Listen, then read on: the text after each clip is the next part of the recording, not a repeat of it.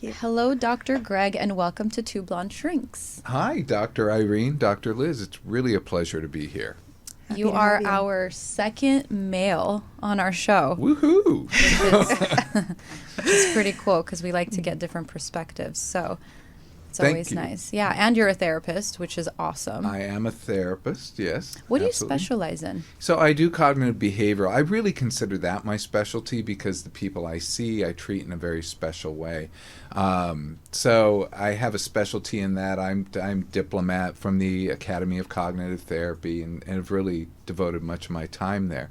But if there's a population that I specialize with, at least half my clients are LGBTQ. More often they're gay men.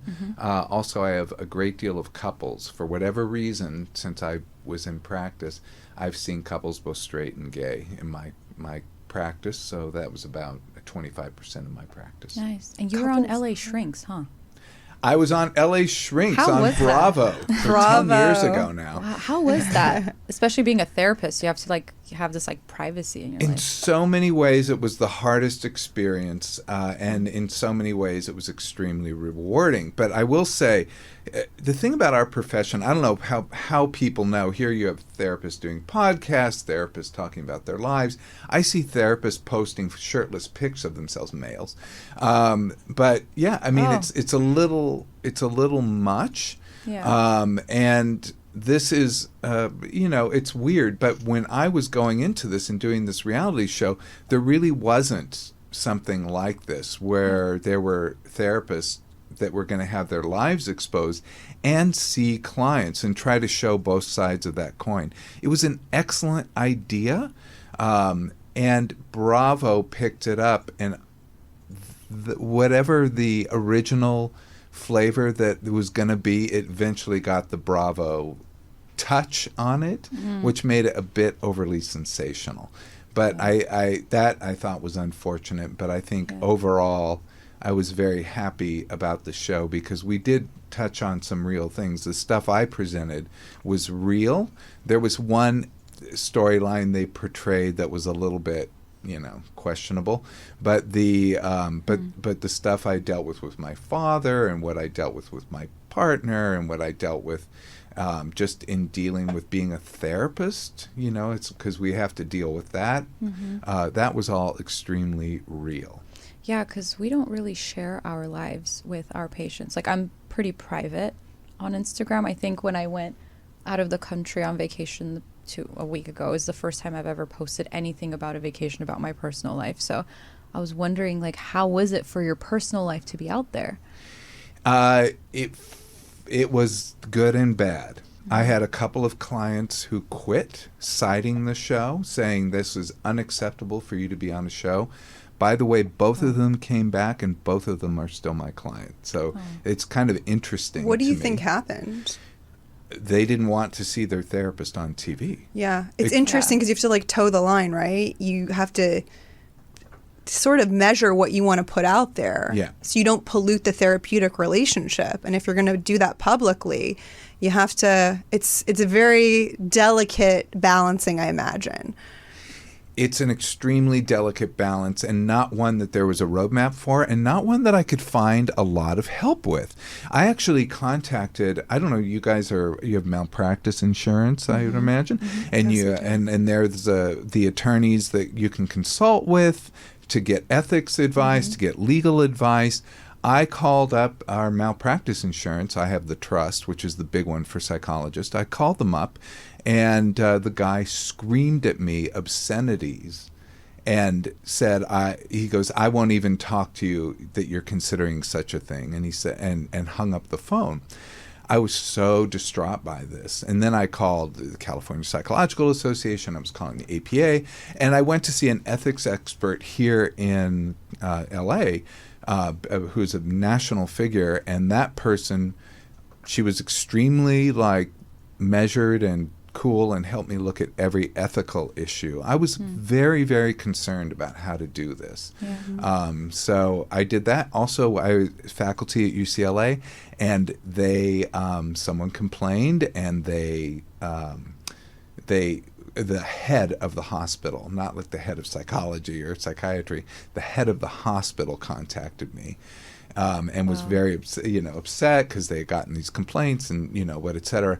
So, and I said, here's the show. Watch the show. You can see that I take great pains to present an honest and authentic portrayal and not try to be sensational. But I think there was one storyline with one person on the show that was intentionally it was the female therapist. I remember she was like taking a bath, smoking a cigar. I was like, what are you doing? Like, well, they really, I think, tried to push that line. Like, they wanted me to take a shower. And they go, okay, we'll set up in the shower. You go take a shower. And they just told me to do it. And I said, no, absolutely not. And it stopped filming, and that was a big deal. Oh, believe me, it was a big drama.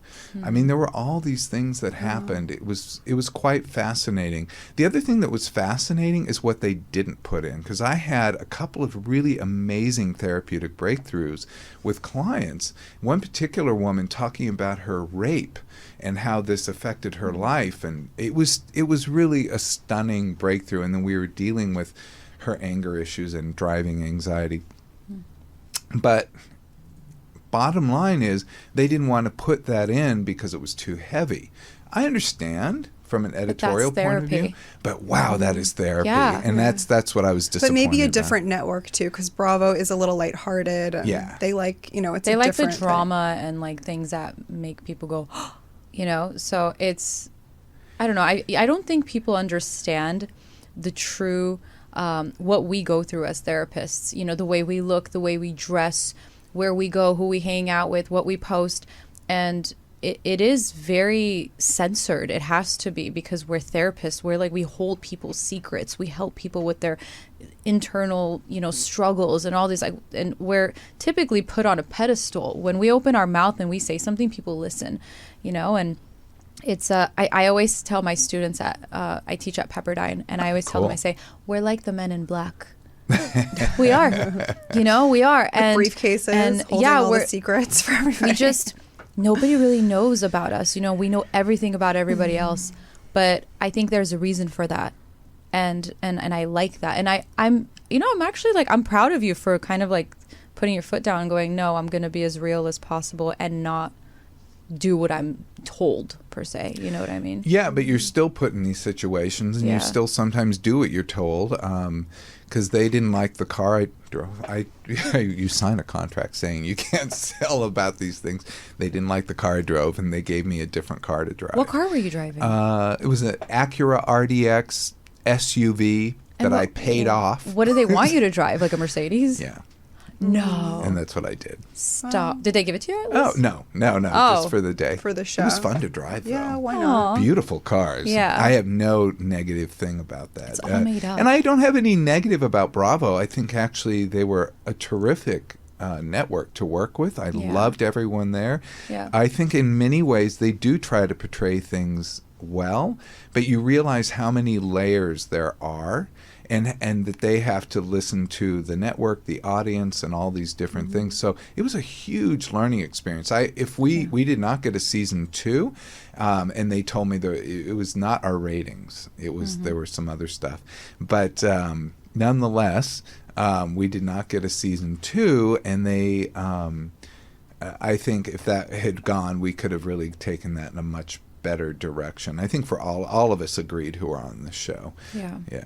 I'm curious about the clients that left while you were on the show, freaked out, and then ultimately came back. Like, what went down? Well, they quit, and I honored them. I always give my clients what they want. It's always what I want to do, so I really wasn't defensive. I expressed understanding for their reality and how rough that must be, and what could I do to help, etc. But of course, that was fine. But both of them called me back. One wrote an article, then published it about how upsetting it was to have a therapist be in Let me ask you, did that lead you into therapy? No. Are you in therapy? But why were they so upset, I guess, and so outraged? That I was breaking their bubble.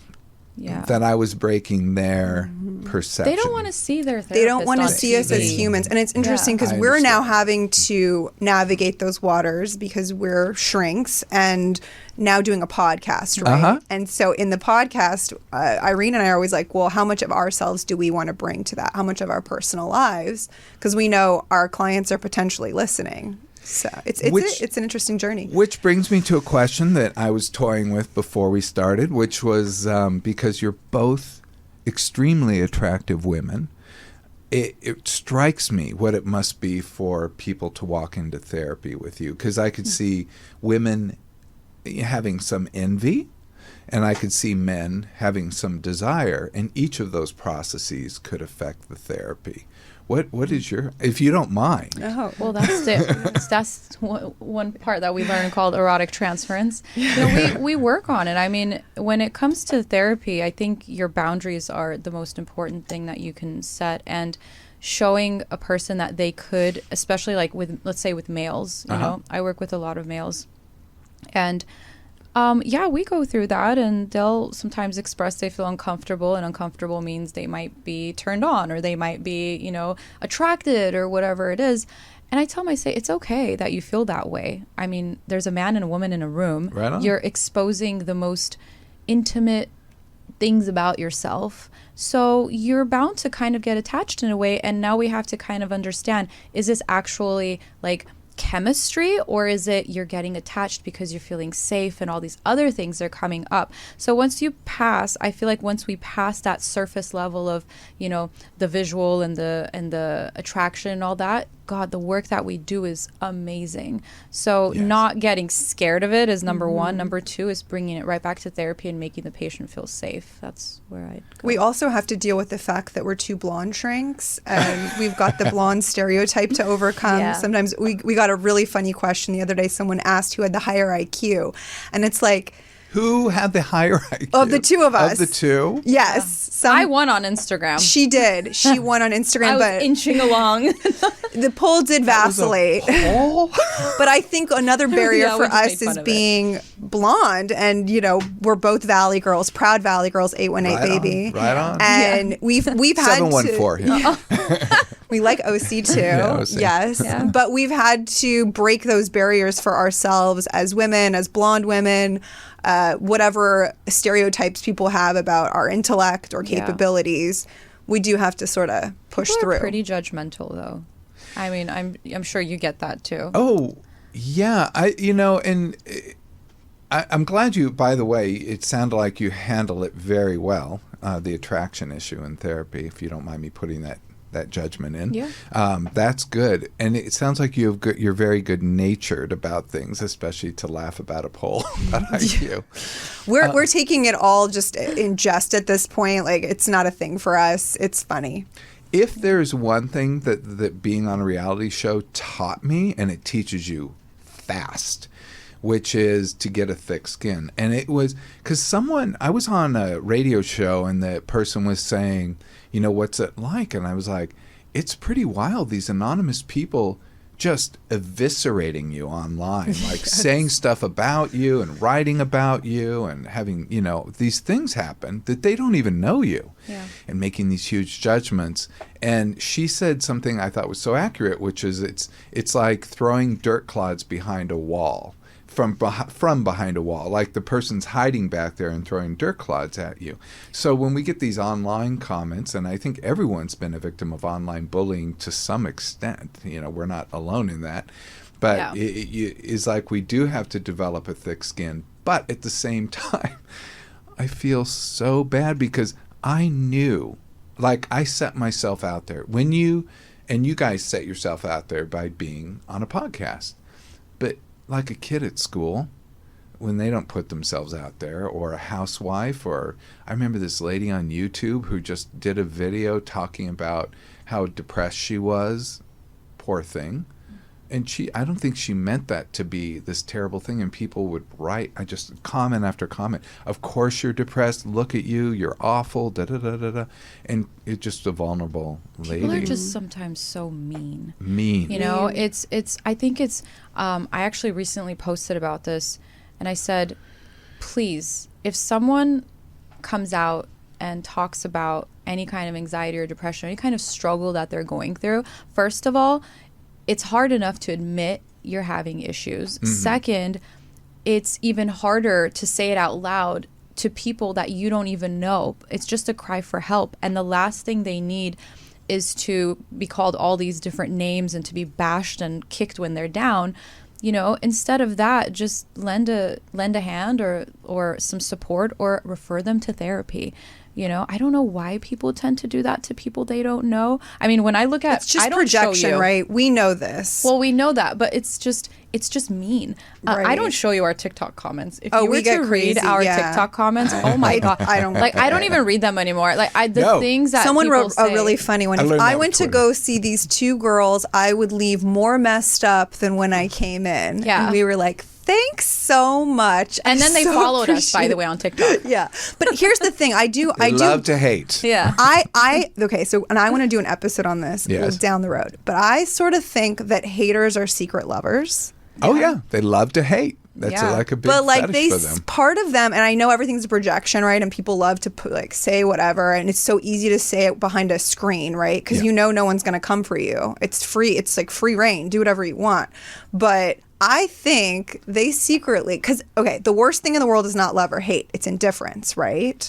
Oh, you're correct. I very much agree with you. So if they're hating on any of us, there's got to be a little bit of love in there. No, you have their attention. They're obsessing care. about you. They do care. They may be angry at you, maybe because they perceive you as someone who may reject them, or someone who, has one up on them. Or I think there's a lot of that with therapists too. I have people come, they're like, oh, you think you're all that because you have a PhD. By the way, since I've gotten older, this stuff doesn't happen to me anymore, which fascinates me. So there's some good things about But you are age. all that because you have a PhD. Yeah. You're like a part of 1 or 2% of the entire population. There's nowhere else to go once you get that degree. You have a where do you PhD. go? We have PsyDs. You gotta move into You want to get that doctorate degree? Go to school, put in the heart, blood, sweat, and tears, and get it, and you'll be all that too. Yeah. I will tell you that if I had to do all over again, I probably would get a PsyD. Yeah. This PhD, I mean, our educations I consider equivalent. The thing I did was have to sweat all this research. I can't even tell you. It made me appreciate a lot. I'm a terrible person, can I confess? Why? When I was graduating, I swear to you, on the stage, and I thought I was being just a jolly, wonderful guy, walked up to my professor, we're small. I grew up, because when you're in a PhD program, they're very small. So we had 10 people in our cohort. So I go up to my professor and I say, "You've cured me of wanting to do research." And I thought he would laugh, but his face dropped. I mean, it just looked horrified. And I realized, oh my God, I've just gone against the mission of the school, because that's what they're training us to do, is to do this original research. But it was grueling. I mean, it was a couple extra years and very Mm. grueling. So it was rough. Anyway, I'm not trying to say The that. trauma But of a dissertation. I actually, I know this is going to sound sort of crazy, Yeah. but at the time I couldn't stand it, and I was like, this is the worst thing in the world. And now I miss it, because it really did train the brain to question things. I agree you get that with you. questioning mind going, I agree and there's with you. nothing more beautiful than a questioning mind. I agree with you 100%. I love you both for saying that. Good. Maybe that's why I So teach. I miss it 'cause I never now. wanted to leave school, so now I teach, and I get that because I don't miss going to school. Yeah, At all. teaching I miss keeps your brain in it. Yeah, I so miss that's why the I learning teach. aspect of things, though, because that is the curious mind that you Yes. never want to lose, that children have. It's so beautiful in a child, right? That curious mind. You want to have that forever. So important. And I talk to clients. This is completely a little bit off the topic in a certain way, because I had a client came in and he's like, time just speeds up. He's 6 years old and he's like, time speeds up. I can't believe how much it speeds up. I go, we can talk about ways to slow it down. Yeah. Because unfortunately, when we get older, we start to just kind of have these routines in our lives that we just follow as we go on. You have kids, Dr. Liz. So that's going to make some variety in your life. I'm sorry, because you can never predict what's going to happen from one day to the next, and they mature and change. So that will help slow down your life and make this time more special. I don't. So I'm, every day seems exactly the same to me. But doing stuff that, bringing that in, that philosophy of keeping a curious mind and trying to learn new things always will slow down time. This is kind of fascinating. Traveling, because we're in a new place and we have to map it with our mind, will slow down time. So there are all these ways that we can help to sort of embrace our life and not just be on automatic pilot. We can actually really embrace in a different way. That's why people say stop and smell the roses. I think that slows down time because you're just pausing and you're taking in your environment. Also reduces anxiety, by the way. You're so right. Yeah. I remember when I worked in the field of autism for about 10 years, and I would always take my little kiddos out to walk.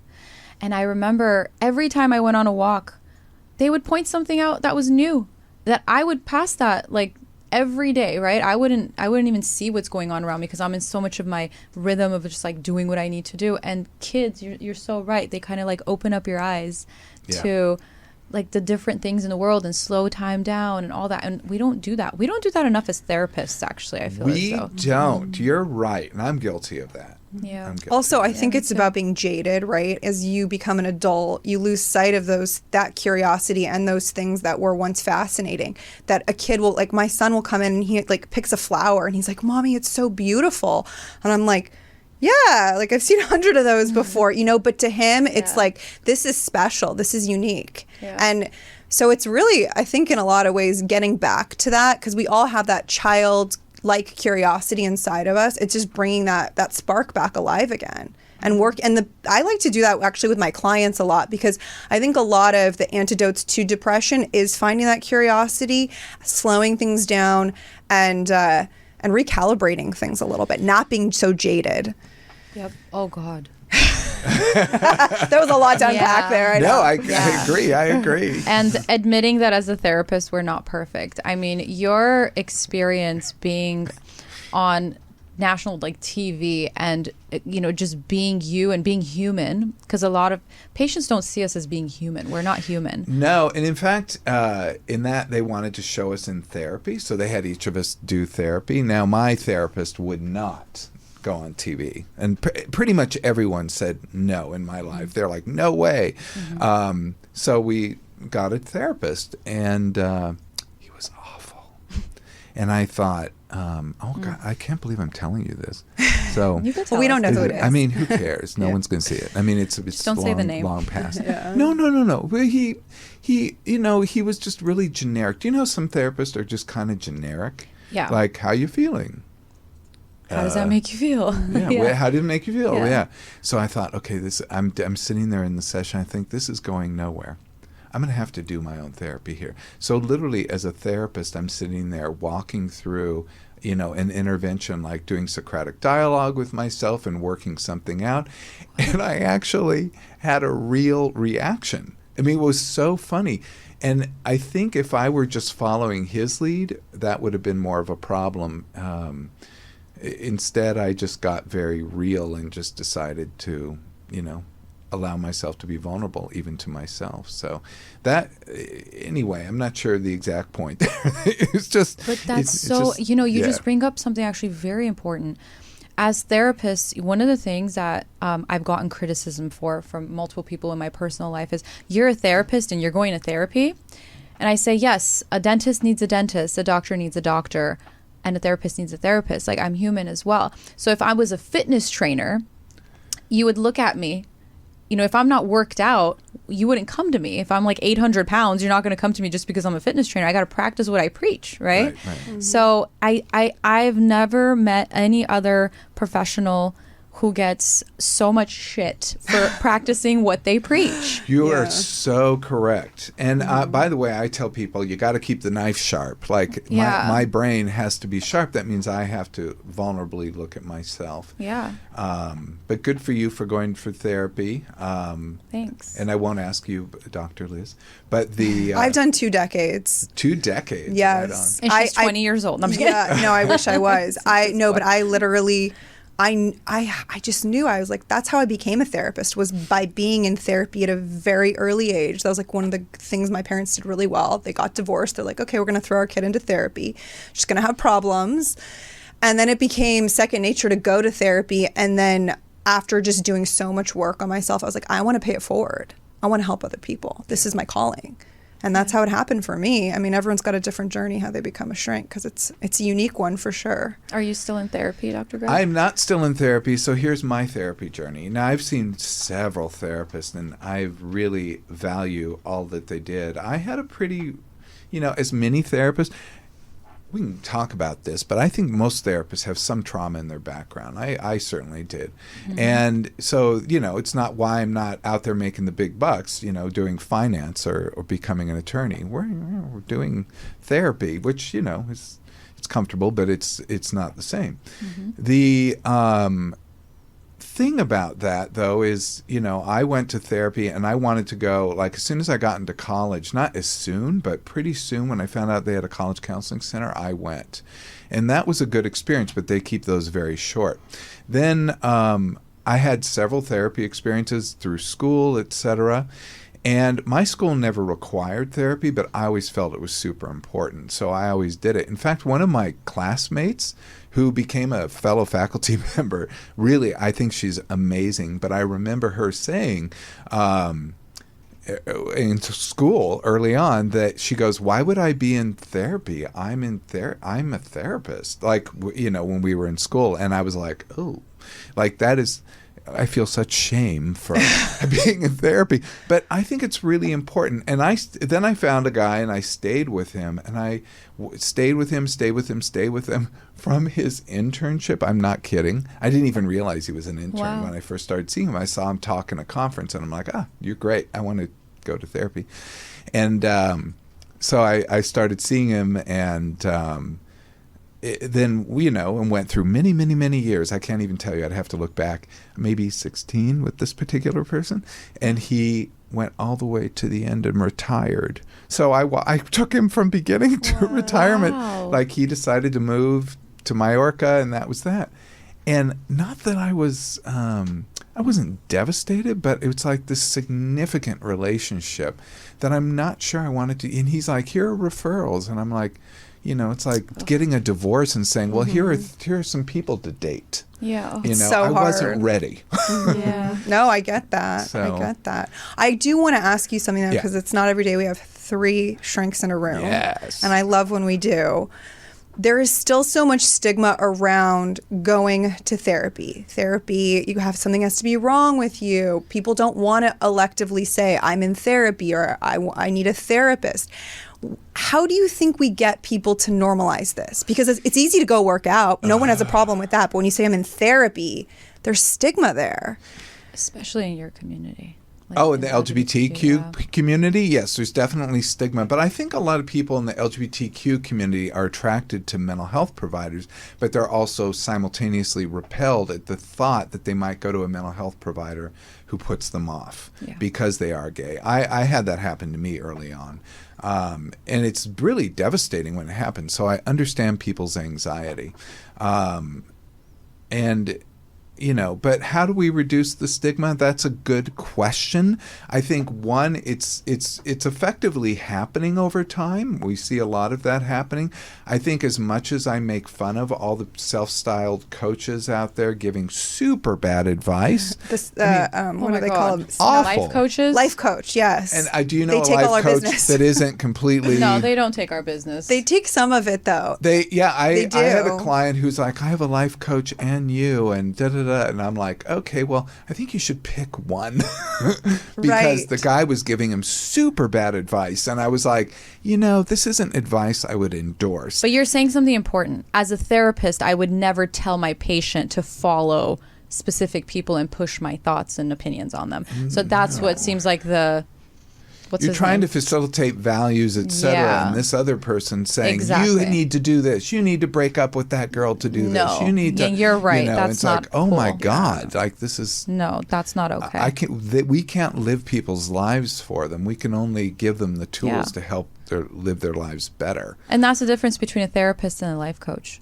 Yeah. That we shouldn't be imposing our beliefs. And no matter what we like or who we like or what we believe or what we stand for. Like, our patients have to have their own thought process, their own autonomy, their own, time to develop their own morals and values. So I agree with you 100%. That part, no, I don't agree with.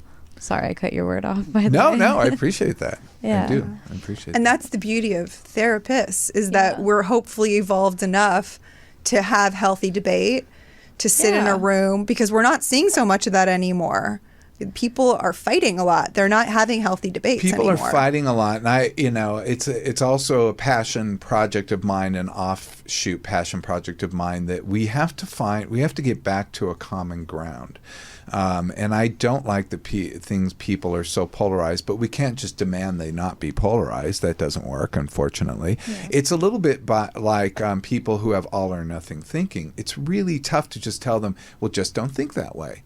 You can't. You have to really help them into the middle to be able to evaluate things a little more logically, a little more dispassionately, because they're being caught in their emotions, and there's a seduction with all or nothing thinking, as we all know, is it gives you a clear direction in life. And if other people engage in that all or nothing thinking, they become compatriots. So we're now part of a clan. Mm-hmm. So all of this is very powerful and brings people kind of a positive feeling. I had a professor who studied cults, and he wrote hundreds of articles. I mean, this guy really was fascinating. And one thing he looked at with cults that was fascinating to me as a student was that people do better when they're in cults. So when they actually have someone telling them what to do, and they feel less depressed, less anxious, et cetera, et cetera. Yeah. Now, of course, that doesn't last. There are other problems that then start to come in, and things get much worse. But typically there's a point where they're very attracted, and they seem to be operating better. And so we've got to realize that all or nothing thinking process is not one that people give up easily. We know in just treating anxiety, they don't want to give it up because it gives them clear direction and reduces their anxiety, but it also causes more problems. Yeah. Absolutely. I think that's such a good Well, here's the problem that I'm seeing today in our society is that because we are so polarized and people are fighting, and then when somebody has a belief system, they get a label slapped on them, which is not helpful.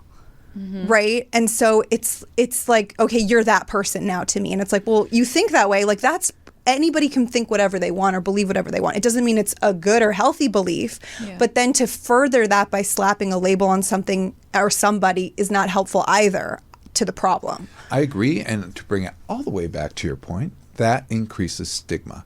So when we have labels, people put emotional load onto it. I actually did my dissertation on attitude change. So, oh my God, we have to do a whole podcast on that. But bottom line is, then they start to have this emotional load, and because the attitude will then direct behavior. So it causes a whole thing to start to happen. And you're right, labels are problematic. That's why I encourage clients, and I'm sure you guys do too, like even couples, don't call them names, point out the behavior. Don't give them a criticism like you're a lazy blah, blah, blah. Say a complaint like, oh, you're lying on the couch. Blah, I wish that you would do the dishes or something. Focus on the problem, not the person. Yeah. That is exactly right. The behavior you don't want to make it all encompampassing for somebody. There's so much that we could go into through the different avenues of like how to help with stigma, how to help, even therapists have stigma in going to therapy. Other people non-therapists have stigma of going to therapy. All these different things that are constantly coming up in our daily lives that are just holding us back from being the best version of ourselves it's hard. It's hard being a human, a human being. And it's just, I think the bottom line is us understanding how to get together, whether it's in therapy, in our families, our friendships, our intimate relationships, and not separating ourselves from other people just because of their thought process or what they like or dislike is ultimately the goal for humans to be a little happier and kind to each other. And go to therapy, right? Go to therapy. We wrap it up with go to therapy. We always say this at the end of every... it doesn't make you weak to go to therapy. You're not a weak person. You're actually strong. No, that's exactly right. I think someone who won't go to therapy is expressing weakness. It's like the person who won't apologize. Yes. The minute someone says, I never say I'm wrong, I'm never wrong, I think, oh, what a weakling. I have to say I have a judgmental thought about that. I apologize, people. But I could look at the hurt, et cetera, that's behind it. But nonetheless, it takes strength to go to therapy. It takes strength to talk about your vulnerabilities or to admit your vulnerabilities to others. Absolutely. So, the unexamined life is not worth living. There you go. Dr. Greg, you're so amazing. I wish we could talk to you for like 10 hours. I swear. You took time out of your day and you came down here and you have a plethora of wisdom to, share with us. So we appreciate your time. We appreciate you sitting with us and chatting with us, and we can't wait to have you back, actually. Yeah. So thank you. You guys are great. I could have talked all day. Thank you. That would have been a problem.